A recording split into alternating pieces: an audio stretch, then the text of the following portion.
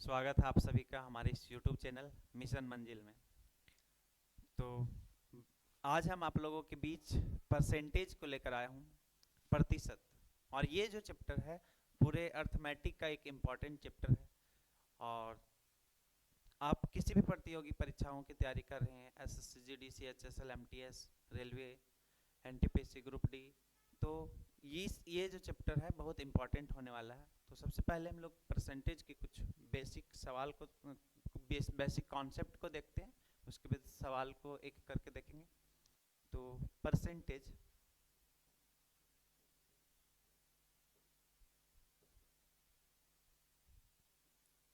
हिंदी में इसको बोलते प्रतिशत। अगर इसको दो पार्ट में तोड़े तो टूटेगा प्रति प्लस शत। तो प्रति जो बना हुआ है प्रत्येक वर्ड से बना हुआ है, प्रत्येक मतलब एक, और शत जो बना हुआ है शतक वर्ड से बना हुआ है। शतक का मतलब होता है 100। इसके लिए प्रतिशत के लिए एक साइन दिया जाता है, इसी को हम लोग बोलते हैं प्रतिशत। तो यहाँ पे इसको डिवाइड किए तो प्रतिशत प्रत्येक 100 में, तो 100 में अगर हम लोग एक को लेंगे तो इसी को बोलते हैं प्रतिशत। तो प्रतिशत का मतलब होता है 1/100। ये 100 हो गया। 100 मार्क्स में अगर आप एक मार्क्स ला रहे हैं तो इसी को बोलते हैं प्रतिशत शॉर्ट में। तो ये वाला साइन आज के बाद मैथ्स में कहीं भी दिखेगा तो उसका फ्रैक्शन वैल्यू क्या होगा, 1/100। तो चलिए आगे हम लोग बढ़ते हैं कि अगर कोई डाटा प्रतिशत में दिया हो तो उसको हम लोग फ्रैक्शन में कैसे बदलेंगे। प्रतिशत से भिन्न, प्रतिशत से भिन्न में जाते हैं। जैसे है 100%, तो 100% है, ये 100 रहेगा। और अभी ये वाला साइन का मतलब हम क्या बताएं, 1/100। तो 100 से 100 कैंसल, क्या होगा 1। 100% का मतलब क्या होता है, कोई भी चीज पूरा कंप्लीट हो तो उसी को बोलते हैं 100%। और 100% मतलब फ्रैक्शन में क्या होगा 1। अगर हम लोग लिखे 50%, तो 50% मतलब क्या होगा, ये 50 है और ये वाला साइन अगर हटेगा तो क्या आएगा 1/100। तो क्या आ गया 1/2। जैसे आप जानते भी होंगे कहीं पे अगर मान के चलिए 60 बच्चा है, तो अगर हम लोग बोलते 50% बच्चा आया है, तो 50% बच्चा आया है मतलब आधा बच्चा आया है। तो 50% का फ्रैक्शन वैल्यू क्या हुआ, 1/4। इस तरह से हम लोग कोई भी प्रतिशत वैल्यू को बट्टा में बदल सकते हैं। 20% बोल रहा है तो कुछ नहीं करना है, 20 और डिवाइड कर देना किससे, ये 1% का मतलब होता है 1/100। तो क्या हो गया 1/5। तो जब भी हम प्रतिशत से भिन्न में जाएंगे तो क्या करेंगे, 100 से डिवाइड करेंगे, 100 से डिवाइड करेंगे। आगे चलते हैं, अगर हम लोगों को भिन्न से प्रतिशत में जाना है, भिन्न से प्रतिशत, जैसे 1/2 ही लिए, ये बट्टा में है। भिन्न किसको बोलते हैं, जो अंश और हर के रूप में होता हो, ऊपर वाला अंश नीचे वाला है, ये भिन्न के रूप में, इससे प्रतिशत में जाना। तो कुछ नहीं करना है, ये 1/2 है। अब कोई भी नंबर को एक से मल्टीप्लाई कर सकते हैं, तो 1/2 को एक से करेंगे तो 1/2 ही रहेगा। अब इसको हमको ले जाना प्रतिशत में, तो ये 1 के जगह में हम लोग लिख सकते हैं 100%। 1 का मतलब ही क्या होता है 100%। अभी हम जस्ट फर्स्ट नंबर सवाल बताएं, 100% किसके इक्वल आया था 1। तो 1 के जगह फिर हम लोग लिख दिए 100%, और ये कैंसिल होगा 2 से तो क्या हो जाएगा 50%। इसी तरह से अगर हम लोग लिखे 1/4, तो अभी बार बार इतना लंबा नहीं करेंगे, डायरेक्ट क्या करेंगे, 1/4 है तो 100% से मल्टीप्लाई कर देते हैं। 100% का मतलब ही होता है कि इसको एक से मल्टीप्लाई कर रहे हैं, तो क्या होगा, कटेगा तो 25 बार में, तो कितना हो गया 25%। अब कुछ फ्रैक्शन वैल्यू को आपको लर्न करके याद रखना है, याद कर लीजिएगा। जैसे 1/2 ये होता है 50%, 1/3 ये 33, 1/3% 33.1/3%। अगर 1/4 रहता है तो इसको 25%, 1/5 रहेगा तो इसको 20%, 1/6 का प्रतिशत मान होता है 16.2/3%, 1/7 का प्रतिशत मान होता है 14.2/7%, 1/8 का प्रतिशत मान होता है 12.1/2%, 1/9 का प्रतिशत मान होता है 11.1/9%, 1/10 का प्रतिशत मान होता है 10%, 1/11 का होता है 9.1/11%, 1/12 का होता है 8.1/3%, 1/13 का होता है 7.1391, 7.9/3%, 1/14 का होता है 7.1/7%, 1/15 का होता है 6.2/3%, 18×2 = 20, 1/16 का होता है 6.1/4%, 1/17 का होता है 5.15/17%, 1/18 का 5.5/9%, 1/19 5.5/19%, 1/20 5%। अब इसमें सारा इंपॉर्टेंट नहीं है, कुछ इंपॉर्टेंट को आप याद कर लीजिएगा जो हमेशा सवाल में आते रहता है। ये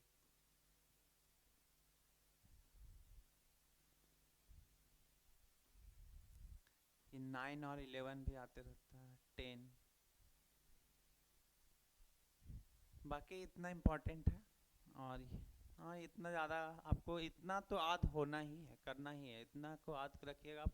ये इसका हमेशा यूज होते रहता है, कहीं भी किसी भी सवाल में आ जाएगा, तो बार बार आप कैलकुलेट करने में टाइम गवाएंगे तो फिर फायदा नहीं है। अब देखते हैं कि किसी को लग रहा होगा कि 1/15 को 6.2/3% क्यों लिख दिए, कैसे लिख दिए, तो थोड़ा सा इसको भी देख लीजिए। कुछ नहीं करना, अभी हम लोग क्या बताएं कि 1/15 इसको प्रतिशत में ले जाना, तो कुछ नहीं करना है, 1/15 है। अभी बताए कि गुना में 100 करेंगे, 100%, फिर 5 से डिवाइड करेंगे 3, 5 से डिवाइड करेंगे 20, तो क्या आ गया 20/3। अब इसको हम लोग चेंज करेंगे तो क्या होगा, 20 को 3 से भाग लगाएंगे तो 6 बार में 6 × 18 और 2 बच गया 20, तो 6.2/3%। तो देखिए ये वाला आ गया। तो इसी तरह से सबको निकाल सकते हैं, लेकिन हम लोग हर सवाल में इतना इस टाइप का करते रहेंगे तो टाइम वेस्ट होगा, इसलिए आपको याद कर लेना 1/2 से लेके 1/20 तक। उसमें हम लोग ज़्यादा यूज होने वाला को हम लोग बॉक्स में घेर दिए, इस सबको याद करना जरूरी है। तो चलिए अब हम लोग थोड़ा सा सवाल को लेके आते हैं। ये बेसिक जानकारी था परसेंटेज का।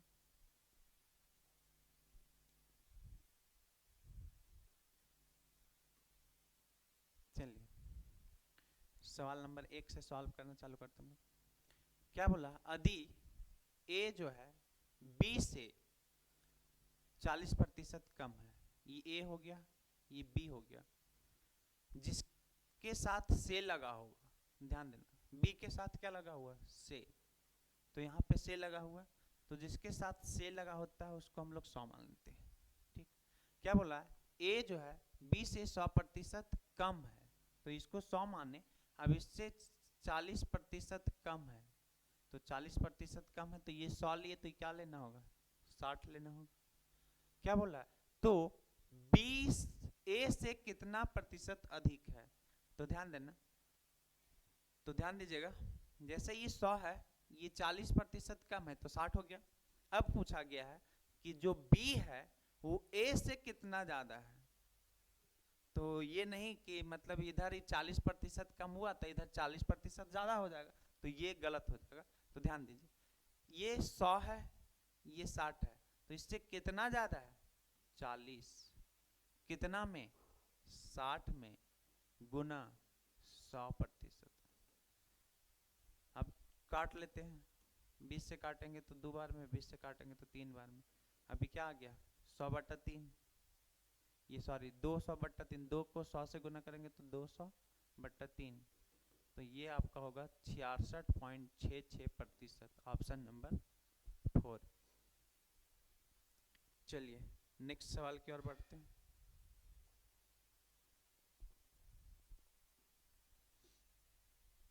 नेक्स्ट सवाल देखिए क्या है।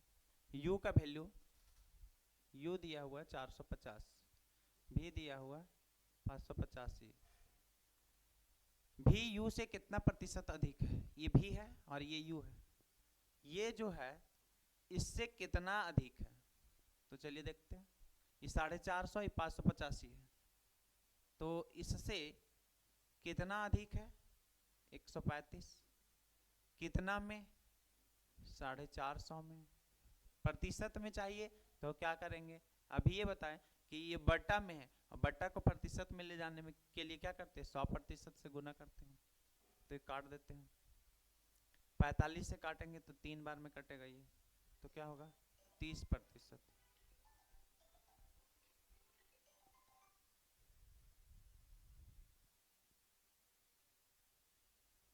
चलिए नेक्स्ट सवाल की ओर बढ़ते हैं।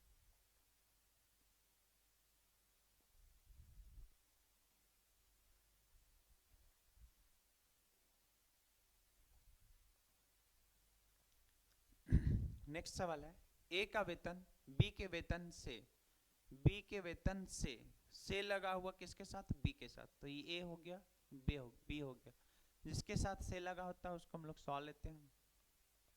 तो बोला ए का वेतन बी से 50% अधिक है, ये जो ए का वेतन है ये बी से 50% अधिक है, तो 50% अधिक है मतलब ये अगर यहाँ 100 लिए तो फिर यहाँ पे क्या हो जाएगा 150। ठीक, अब सवाल यही पूछ सकता है कि इससे ई जो है इससे कितना कम है, तो वही पूछा भी है। तो बी का वेतन ए से कितना कम है, तो देखिए ये 150 है और ये 100 है, तो ये कितना कम है 50, कितना में 150 में, कटेगा तो क्या आएगा 1/3, और 1/3 को अभी हम लोग चेंज करके लिखे थे प्रतिशत में, 1/3 का वैल्यू होता है 33.1/3%, ऑप्शन नंबर बी करेक्ट हो जाएगा। चलिए नेक्स्ट सवाल की ओर बढ़ते हैं। नेक्स्ट सवाल फिर वही है, ए बी से 25% अधिक है, ए बी से किसके साथ दिख रहा है, बी के साथ, तो बी को क्या ले लिए 100, अधिक है 15%, तो कितना हो जाएगा, ये 100 है, इससे 15% ज्यादा मतलब 115। अब पूछा होगा बी जो है ए से कितना प्रतिशत कम है, कोमा है, तो ये 115 है और ये 100 है, कितना कम हुआ 15, कितना में 115 में, गुना 100%। जैसे पूरा कटा हुआ नहीं आ रहा था और इसका हम लोग पढ़े नहीं थे, तो इसको फिर इंटू 100 करना ही पड़ेगा। 5 से डिवाइड करेंगे 3, 5 से डिवाइड करेंगे तो 23, तो क्या होगा 300/23, तो 23 को डिवाइड करेंगे 30 से तो 1, 23 से कम 23, क्या हासिल 7, 7 और 0 70, 23 3 69, 13 पॉइंट समथिंग आएगा 04, ऑप्शन नंबर सी। चलिए नेक्स्ट सवाल की ओर बढ़ते हैं। नेक्स्ट सवाल, सवाल नंबर 5 की ओर क्या बोला, चीनी की कीमत में 20% की वृद्धि हो गई, चीनी की खपत में कितने प्रतिशत की कटौती की जानी चाहिए जिससे परिवार पर हुई व्यय में अतिरिक्त वृद्धि ना हो। चलिए ध्यान दीजिए, ये सवाल कैसे बनाएंगे, पहले मूल्य गुना खपत इक्वल टू खर्चा, क्या करेंगे मूल्य और खपत को गुना करेंगे तो क्या निकल जाएगा खर्चा। जैसे अगर कोई चीनी खरीद रहे हैं आप 20 रुपया में, तो ये मूल्य हो गया 20 रुपया, खपत मतलब आप खर्चा कितना कर रहे हैं, 5 kg चीनी खा रहे, खपत मतलब यूज 5 kg कर रहे, तो आपका खर्चा कितना हो जाएगा 100 रुपया। तो सेम इसी तरह से बनाते हैं हम लोग, मूल्य गुना खपत इक्वल टू खर्चा, तो क्या हुआ चीनी के मूल्य में कितने प्रतिशत की वृद्धि हो गई? 20% की वृद्धि। तो ध्यान देना, पहले हम लोग मान लेते हैं मूल्य कितना था 100, अब इस मूल्य में 20% की वृद्धि हो गई, तो 100 से कहाँ आ जाएगा 120 में। आगे देखते हैं, तो चीनी की खपत में कितने प्रतिशत की कटौती की जानी चाहिए ताकि चीनी के व्यय में कोई अतिरिक्त वृद्धि ना हो? तो ध्यान देते हैं, मतलब ये खर्चा नहीं बदलना चाहिए। तो ध्यान दें, पहले 100 रुपये दाम था, अब 120 दाम हो गया, तो फिर खपत को कम करना पड़ेगा। तो खपत कैसे कम होगा? तो ध्यान देते हैं, यहाँ पे इसको ले आते हैं, यहाँ पे इसको ले आते हैं। तो पहले 100 रुपया दाम था, तो कोई परिवार 120 केजी चीनी खा रहा होगा, अब 120 हो गया तो फिर 100 केजी खा रहा होगा चीनी। तो देखिए 100 को 120 से करेंगे तो यहाँ भी परिवार का खर्चा 12,000 होगा और यहाँ भी खर्चा परिवार का 12,000 होगा। तो परिवार का देखिए खर्चा कुछ बदल रहा है क्या? यहाँ जो खर्चा था वही खर्चा यहाँ पे है, लेकिन क्या हुआ, खपत में कमी आया। खपत में देखिए, खपत पहले कितना हो रहा था, खपत जो था पहले 120 था, अब खपत कितना हो रहा है 100 केजी, तो कमी आया ना। तो कितना का कमी आया? 20 का। कितना में? 120 में। तो कितना आया 1/6, और 1/6 का प्रतिशत मान अभी हम लोग बताए थे कि क्या होता है 1/6 मतलब 16.2/3%। तो ये हो जाएगा। तो इसमें कुछ नहीं करना है, सबसे आसान तरीका होता है कि इसको यहाँ ले जाएं और इसको यहाँ पे ले आएं और सवाल आपका बन जाएगा। चलिए नेक्स्ट सवाल की ओर बढ़ते हैं। यदि चाय के मूल्य में 20% की बढ़ोतरी हो जाए तो उसकी खपत में कितने कमी कर दी जाए ताकि चाय में होने वाली वृद्धि ना बदले? तो सेम सवाल देखिए, पहले कितना था मूल्य, 20% की बढ़ोतरी होगी तो 100 से 120, तो क्या बोले थे 120 पहले खा रहा था, अब कितना खाएगा 100। तो सेम क्वेश्चन है, कितना का कमी 20 का, कितना में 120 में, 1/6 और 1/6 का मतलब 16.2/3%। खत्म, ऑप्शन नंबर सी।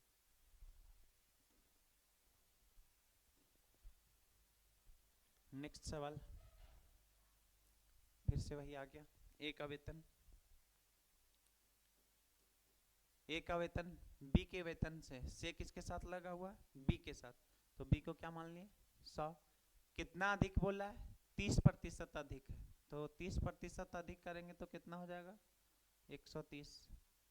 ए का वेतन बी के वेतन से कितना प्रतिशत कम है, अब ये क्या है 130 है और ये दिख कितना रहा है 100, तो कितना कम दिख रहा है 30, कितना में 130 में। अब इसका वैल्यू हम लोग आद नहीं किए हैं 3/13 का, तो जो आद नहीं है उसको मल्टीप्लाई करो 100 से, तो क्या हो जाएगा ऊपर में 300/13, काटेंगे तो 13 दूनी 26, हासिल 4, 13 39, 23.1/13, ऑप्शन नंबर डी। चलिए बढ़ते नेक्स्ट सवाल की ओर। अधिनीता का वेतन पपिया के वेतन से, फिर से जहां से आएगा उसी को 100 मानना है। तो ये नीता थी और दूसरा पपिया थी, पपिया के वेतन से, तो पपिया को क्या मान लिए 100। नीता जो है, नीता का वेतन पपिया से कितना अधिक है, पपिया से 25% अधिक है, तो 25% अधिक है तो ये क्या हो जाएगा 125, तो 125 हो जाएगा। अब देखना है कि नीता से पपिया कितना कम है, वही पूछा, तो पपिया का वेतन नीता से कितना प्रतिशत कम होगा, तो कितना कम दिख रहा है 20, कितना में 120 में, कैंसिल करेंगे तो क्या हो जाएगा 1/5, और 1/5 का मतलब क्या होता है 20%। हो गया, खत्म।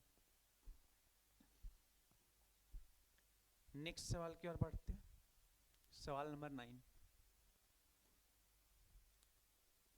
ए का वेतन, ए का वेतन, यहाँ पे बी छूट गया, ए का वेतन बी से 60% अधिक है। बी से किसके साथ आया बी को, जिसके साथ से उसको 100 कर देना, ए वो यहाँ पे इसको एक और बढ़ा देना, से को क्या कर देना है 100, तो क्या है 20, तो 20 वाला को 100 ले लिए, 60% अधिक करना है तो 60% अधिक कर देते हैं, तो कितना हो जाएगा 160। अब फिर से वही सवाल पूछ ही सकता है कि बी का वेतन ए से कितना प्रतिशत कम है, तो बी जो दिख रहा है ये 100 दिख रहा है, ये 160 है, ये कितना कम दिख रहा है 60, कितना में 160 में गुना 100%, एक जीरो से एक जीरो खत्म, काटेंगे 2 से तो 8 3, तो क्या होगा 300/8%, 8 से काटेंगे तो 8 दिए 24, 60 38 56, 37.5%।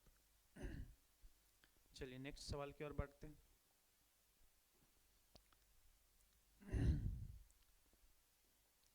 क्या बोला, एक वस्तु का विक्रय मूल्य 20% कम करने पर उसकी बिक्री 80% वृद्धि हो जाती है, तद अनुसार उसके कुल बिक्री वास्तव में प्रभावित होगी। तो ध्यान दीजिए क्या बोला, एक वस्तु का विक्रय मूल्य, तो क्या बोले लिख देते मूल्य गुना बिक्री। एक दुकानदार जितना अपने वस्तु का मूल्य रखेगा और जितना बेचेगा दोनों को गुना करेंगे। अगर 20 रुपया कोई वस्तु का मूल्य है और ये 10 गो वस्तु का बिक्री कर रहा है, तो इसका कमाई निकल जाएगा कितना 200 रुपया। तो क्या निकल जाएगा उसका, फिर मूल्य में कमी करने पे उसकी बिक्री बढ़ जाती, तद अनुसार उसके कुल आय में, यहाँ पे आय होना चाहिए, कुल आय वास्तव में कितने प्रतिशत प्रभावित हो गई। तो मूल्य और बिक्री को गुना करेंगे तो क्या निकल जाएगा, आय निकल जाएगा। 20 रुपया मूल्य हो गया, 10 गो वस्तु को बिक्री हुआ, 10 वस्तु का बिक्री हुआ, तो उसका कमाई इनकम आय कितना आ जाएगा 200 रुपये। तो क्या हुआ देखिए, एक वस्तु का विक्रय मूल्य 20% कम कर देने पर, पहले मान लेते मूल्य था 100, अब इसको 20% कम कर देना है, तो 20% कम कर देना तो घटा के कहाँ पे आ जाएगा 80। फिर क्या हुआ, उसकी बिक्री 80% बढ़ जाती है। बिक्री कितना बढ़ जाती है 80%। मान के चलते हैं पहले 100 गो वस्तु बिक रहा था, अब कितना बिकेगा 80% बढ़ गया ना, तो अब कितना बिकेगा 180। तो ध्यान देते हैं ये इसको गुना करेंगे तो डाटा थोड़ा ज्यादा जाएगा, तो काट लेते हैं, मूल्य को मूल्य से ही काटेंगे, बिक्री को बिक्री से ही काटेंगे। तो देखिए पहले 10 रुपया मूल्य था, 10 गो बिक रहा था, तो 10 गुना 10 मतलब दुकानदार कितना कमा रहा होगा 100। अब क्या हुआ, मूल्य जो है 8 हो गया, कमी आया 20% मतलब 100 10 से 8 हो गया, 8 मूल्य हो गया, और फिर 8 मूल्य हो गया और कितना वस्तु बिक रहा 18, तो 18 8 144। तो देखिए फाइनली आपको क्या दिख रहा है, उसका आय में क्या दिख रहा है, पहले कितना कमाता था दुकानदार 100, अब कितना कमा रहा है 144। तो अपने कमाई को क्या किया बढ़ाया, और कितना प्रतिशत बढ़ाया 44%। तो ऑप्शन नंबर ए 44% का गेन होगा, 44% का इसको लाभ होगा।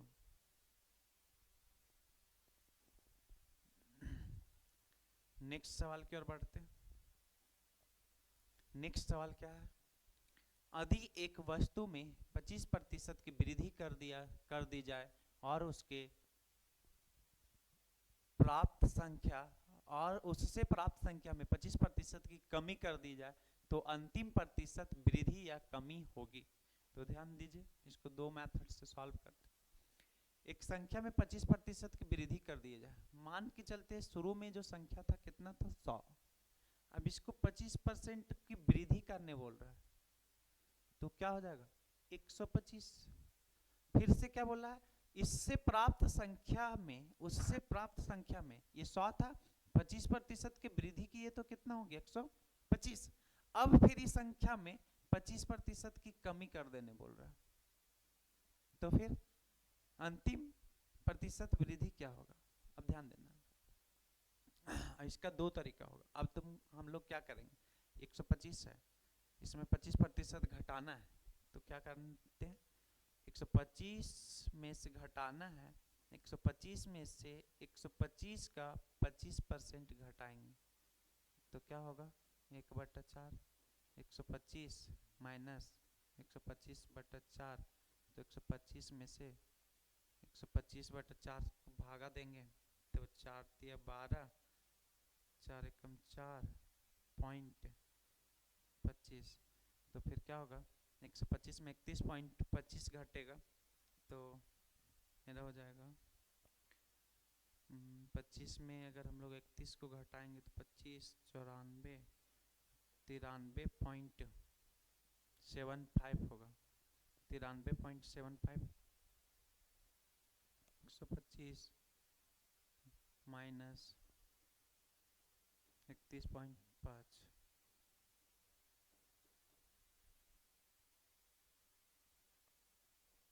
93.75 हो गया। चलिए अब यहाँ पे क्या है 93.75, तो क्या होगा, ये वाला तरीका थोड़ा सा लंबा जाता है, इसको शॉर्ट में कैसे करेंगे ये भी देखिए आप लोग। कोई भी संख्या अपने आप में कितना परसेंट होता है 100%। अभी 25% घट रहा है तो क्या करेंगे, सीधे 125 का हम लोग 75% निकाल देंगे और आंसर आ जाएगा 25 दिया 75 25 चक्कर 100 तो कितना हो जाएगा ये 375। 125 को 3 से गुना करेंगे 375/4 तो क्या होगा 9 चक्कर 36 15 4 तिया 12 3 30 93.75। तो ये वाला आसान होगा, इससे आपको बहुत टाइम लगेगा। ये वाला थोड़ा सा देखते हैं फिर से समझाते हैं।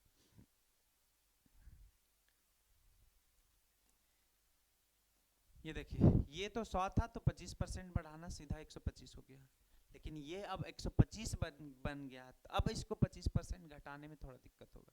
तो कुछ नहीं करना, कोई भी जो संख्या होता है अपने आप में 100% होता है। अब ये 100% खुद था और ये 25% घटाना है तो इसका हम लोग 75% डायरेक्ट निकाल देते हैं 75%। तो कितना है 93.75। अब शुरुआत में देखिए संख्या कितना था 100 और फाइनली कितना हो गया 93.75। तो कितना का कमी आया 6.25% की कमी। अब इसको भी अगर दिक्कत हो रहा है तो एक और मेथड हम लोग बता दे रहे हैं। अब 6.25% की कमी, अब इसको बट्टा में देखेंगे तो ये आएगा आपका 6.1/4% की कमी। अब इसके लिए एक ट्रिक होता है, शॉर्टकट ट्रिक, इतना आपको याद नहीं रखना पड़ेगा, इतना नहीं कीजिएगा तो ध्यान दीजिएगा। एक फॉर्मूला x + y xy/100%। ध्यान देते हैं क्या बोला है, एक संख्या में पहले 25% की वृद्धि, तो वृद्धि जहां आएगा वहां +25 लेंगे। फिर यहाँ पे क्या बोला 25% की कमी, तो इसको -25 लेंगे।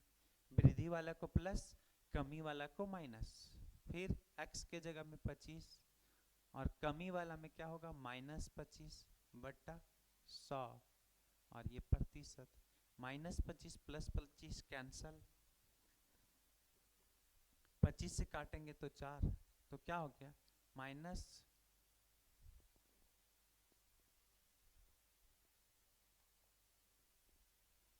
कितना है -25/4%। इसको पूर्णांक में बदलेंगे तो -6×24 1 6.1/4%। अब बोलिएगा कि सर ये माइनस है, ऑप्शन में कहीं माइनस नहीं दिख रहा है, तो ये माइनस क्या शो करता है ना, कमी। माइनस में आया मतलब आपका कमी हो रहा है और प्लस में आएगा तो वृद्धि हो। चलिए नेक्स्ट क्वेश्चन को अब हम लोग देखते हैं।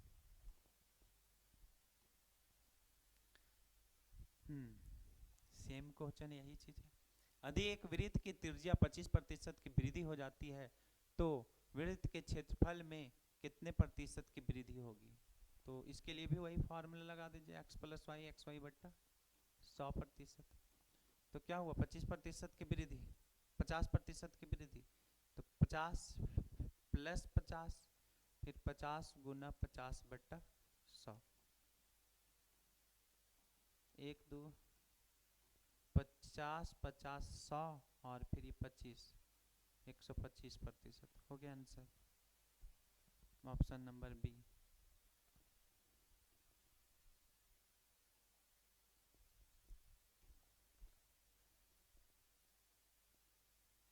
नेक्स्ट क्वेश्चन देखते हैं।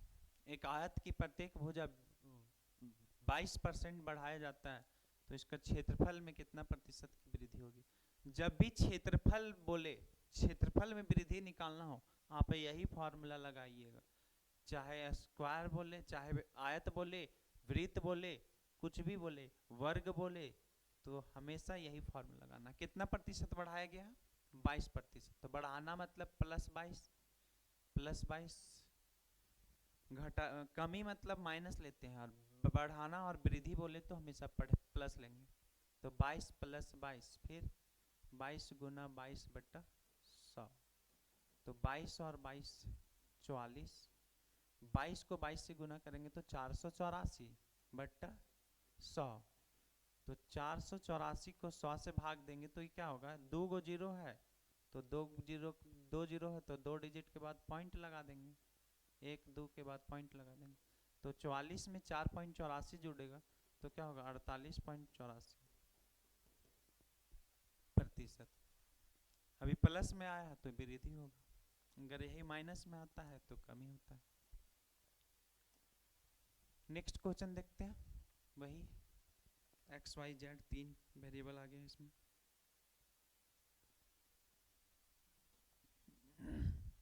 x की आय y के आय से 60% अधिक है। x y z 3 वेरिएबल है, थोड़ा ध्यान देते हैं। x की आय y से 60% अधिक है, x की आय y से 60% अधिक, तो y से 60% अधिक है x की आय जो है y से अधिक। फिर y की आय z से 40% अधिक है। अब जो y है वो z से 40% अधिक। तो देखिए, अगर यहाँ हम लोग माने तो फिर यहाँ चल जाएंगे, और फिर यहाँ चल जाएंगे तो फिर यहाँ चल जाएंगे। तो सबसे पहले हम लोग z को ही मानते हैं। अब ये z हो गया तो इसको 100 मान लिया। अब 40% अधिक बोल रहा है तो 140 मान लिया। अब तो ध्यान देना, ये 100 था तो 40 बढ़ाए तो सीधा 140 हो गया, लेकिन ये 140 है। अब थोड़ी हम लोग 100 इसमें 60% बढ़ा देंगे तो 200 कर देंगे, गलत हो जाएगा, क्योंकि 100 था तो 100 में परसेंट डायरेक्ट बढ़ा सकते, 100 का 40% 140। अब क्या बोलेगा, बहुत सारा विद्यार्थी करेगा, इसमें 140 है, बोल रहा है 60% बढ़ाना, तो 140 में 60 जोड़ देंगे 200 हो जाएगा, तो ये गलत है। इसका 60% बढ़ाएंगे हम लोग, तो कोई भी संख्या कितना परसेंट होता है, 100%। कोई भी संख्या देख लीजिए, 140, इसका 100% निकालिए, 140 ही आएगा। 100% का मतलब ये परसेंट हटेगा तो क्या होगा, 100, 140 आया ना। कोई भी संख्या अपने आप में क्या होता है, 100% होता है। तो ये 140 था, ये 100% है, इसमें 60% बढ़ाना है, तो 140 में अगर 140 में 60% बढ़ाएंगे तो ये खुद 100% है, और 100% खुद है, 60% बढ़ाएंगे तो 160% हो जाएगा। वैल्यू निकालते हैं, तो 16 चक 64 हासिल 6, 16 एकम 16 और 6 22। तो ध्यान दीजिए, शुरुआत में जो अब क्या पूछा है, x की आय y से कितना प्रतिशत अधिक है, सॉरी x की आय z से कितना प्रतिशत अधिक है। तो z को देखिए दोस्तों, z का मान कितना है, 100, और x कितना आ गया, 224, तो इससे कितना अधिक हुआ, 124 अधिक हुआ, तो ये ऑप्शन नंबर डी। चलिए नेक्स्ट सवाल की ओर बढ़ते हैं। बोला एक गोलक की त्रिज्या 50% की वृद्धि की जाती है तो उसके आयतन में कितनी प्रतिशत की वृद्धि होगी। अब यहाँ पे क्षेत्रफल वाला भी हम लोग बनाए, अब यहाँ पे क्या आ गया, आयतन। तो आयतन में ध्यान देते हैं, एक गोलक की त्रिज्या 50% बढ़ाई जाती है, मतलब पहले अगर 100 था तो 50% बढ़ाएंगे तो क्या हो जाएगा, 150 हो जाएगा। ये त्रिज्या जो है आर जो है। अब थोड़ा सा हम लोग ध्यान देते हैं, आर जो था पहले 100 था, अब 150 हो जाएगा 50% बढ़ाने से। तो थोड़ा सा क्या करेंगे, कैंसिल कर देंगे ताकि डाटा जो है ज़्यादा ना हो। तो 5 दूनी 10, 5 दिया 15, मतलब पहले त्रिज्या 2 था, अब 2 से कितना हो जाएगा, 3 हो जाएगा। तो अब इसका आयतन का फॉर्मूला बताएंगे, आयतन। तो गोले का आयतन का फॉर्मूला पढ़े होंगे आप, 4/3 पाई आर क्यूब। यहाँ भी क्या होगा, 4/3 पाई आर क्यूब। तो ये क्या होगा, ये पूरा, सॉरी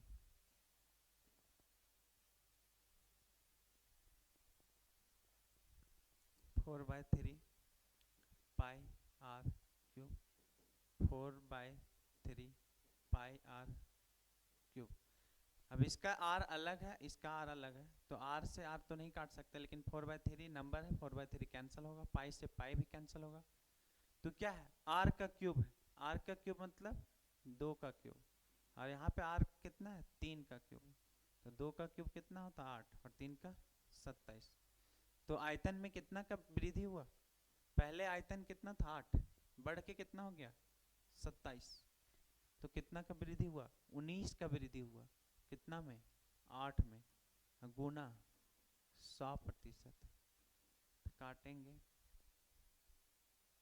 4 से तो 2 और 4 से काटेंगे 25, 25 9 225 हासिल 22, 25 से कम 25 और 22 47/2, भाग देंगे 2 दूनी 4, 2 दूनी 4, 3 दूनी 6, 7 दूनी 14, 237.5% हो जाएगा। अब इतना लंबा नहीं भी करेंगे तो चलेगा, ये 4/3 पाई आर क्यूब हर किसी को याद नहीं रहता है गोले का आयतन, तो आप ध्यान दीजिएगा, थोड़ा सा खाली ट्रिक याद रखिएगा, तुरंत बन जाएगा। क्या था, एक गोले की त्रिज्या 50% बढ़ाया गया, मतलब 100 से 150, तो काटेंगे तो ये 2 और यहाँ 3 आएगा। अब कुछ नहीं करना, फॉर्मूला क्या होता है गोला का आयतन का, फॉर्मूला क्या होता है हमको नहीं याद है, हम सीधे इसका क्यूब करेंगे, 2 का क्यूब 8, 3 का क्यूब 27, तो कितना का वृद्धि हो गया 19 का, कितना में 8 में, गुना 100, तो अभी जो सॉल्व किए थे वही आ जाएगा 237.5 डायरेक्ट। चलिए नेक्स्ट सवाल की ओर बढ़ते हैं। सवाल नंबर 5, ये जो सवाल है एसएससी सीजीएल का है, 2019 में पूछा गया। चलिए, ए और बी के वेतन का योग 42,000 है, ए के वेतन 75% और बी का वेतन 90% खर्च करता है, यदि अब उनकी बचत समान है तो बी का वेतन क्या है। तो ध्यान दीजिए, ए और बी दोनों मिलके कितना कमाया 42,000। अब मान के चलते हैं अगर यहाँ पे ए को एक्स कमा रहा है तो बी कितना कमाएगा 42,000 माइनस एक्स, दोनों मिलके 42,000 कमा रहा है, तो अगर ये एक्स कमाया तो ये 42,000 माइनस एक्स कमाएगा। अब ए जो है अपने वेतन का 75% और बी अपने वेतन का कितना खर्च कर देता 90%। देखिए ये जो है खर्च कर दिया 75% और कितना खर्च किया 90%। लेकिन सवाल में बोला कि उनकी बचत समान है, बचत समान है, तो बचत हम लोग निकालते हैं। यदि कोई आदमी 75% खर्चा कर देता है तो कितना प्रतिशत बचा है 25%, दूसरा आदमी 90% खर्चा कर रहा है तो कितना प्रतिशत बचाएगा 10%। अब दोनों की बचत को बराबर करना है, दोनों का बचत को बराबर करना था। देखिए कमा कितना रहा था, ये सब दोनों आय हो गया, ये कमाया था एक्स, अब इसका 25% बचा है तो 25/100। अब इसका बचत बोला है कि दोनों का बचत, उनकी बचत समान है, तो ये एक्स कमाया 25% बचाया और ये बराबर हो जाएगा, इस कितना कमा रहा है 42,000 माइनस एक्स। अब इसका बचत निकालेंगे तो कितना परसेंट कर रहा है बचत ये 10%। तो क्या होगा, अगर बीच में इक्वल हो ना तो नीचे को नीचे से काट सकते हैं, ऊपर को ऊपर से काट सकते हैं हम लोग। तो 5 से डिवाइड करेंगे तो 2 बार में, 5 से करेंगे तो 5 बार में, तो 5 गुना एक्स क्या होगा 5x, 2 से 42 को गुना करेंगे तो 84,000 माइनस 2 को x से करेंगे तो 2x, ये -2 इधर आएगा तो ये -2x है, इधर आएगा तो प्लस होगा, तो 5 और 2 कितना हो जाएगा 7 और इधर कितना हो जाएगा 84,000। तो काटेंगे तो 12 7 84, x का वैल्यू कितना 12,000, मतलब a कितना कमा रहा था 12,000, लेकिन हमको किसका पूछा था b का वेतन पूछा था, तो b कैसे कमाएगा, ये 42,000 में अगर हम लोग ये 12,000 इसका घटा देंगे तो 12,000 घटा देंगे तो क्या हो जाएगा 30,000 आ जाएगा, किसका b का वेतन। चलिए आज यहीं तक, फिर हम लोग मिलेंगे नेक्स्ट वीडियो में। और आज प्रश्न नंबर 16 तक हो गया है, अगले क्लास में हम लोग देखेंगे इसका आगे परसेंटेज का आगे टॉपिक को कवर करेंगे। तो धन्यवाद। अगर वीडियो अच्छा लगा तो आप लोग इसे चैनल को सब्सक्राइब करें ताकि हम लोगों को मोटिवेशन मिले और हम लोग और जल्दी से आपके सारे सिलेबस को कवर करें, बाकी सारे चैप्टर्स को भी कवर करेंगे। मैथ्स, रीजनिंग, जीके, जीएस और हिंदी, इंग्लिश सारे फैकल्टी आपको इस चैनल पर मिलने वाले हैं। तो आप इस चैनल को सब्सक्राइब करें और वीडियो को ज़्यादा से ज़्यादा लोगों के बीच शेयर करें। धन्यवाद।